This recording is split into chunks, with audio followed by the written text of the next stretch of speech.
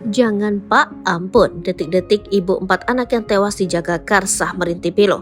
Perempuan berinisial D merintih saat dianiaya suaminya Panca Darmansyah di rumah kontrakan wilayah Jagakarsa, Jakarta Selatan, Sabtu 2 Desember 2023. Rintihan itu terdengar oleh suami Titin Rohima, tetangga mereka.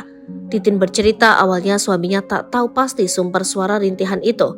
Yang pasti suara rintihan itu terdengar cukup jelas saat suami Titin pulang dari musola. Pada dengar ada KDRT, tetapi saya nggak tahu sumber suaranya dari mana. Soalnya pintu rumahnya pada tertutup, ujar Titin. Titin dan suaminya baru tahu sumber suara itu berasal dari rumah Panca saat adik korban meminta bantuan. Tidak hanya mengalami luka lebam, korban juga muntah darah yang diduga akibat KDRT itu. Pas ada Pak Babinsa sama Pak RT, dia tiba-tiba muntah darah. Akhirnya korban dilarikan ke rumah sakit, kata Titin.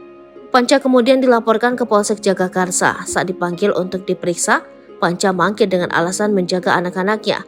Namun belakangan, keempat anaknya justru tewas diduga dibunuh Panca. Keempatnya berinisial VA, S, A, dan AS.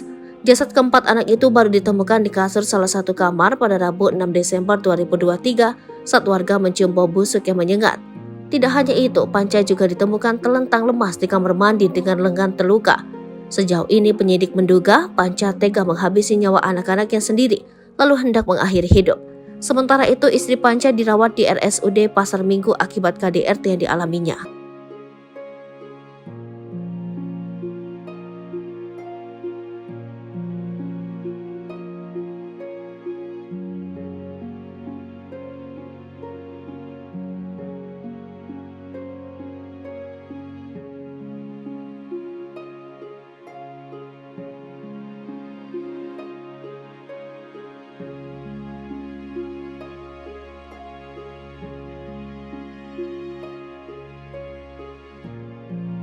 Download Tribun X sekarang, menghadirkan lokal menjadi Indonesia.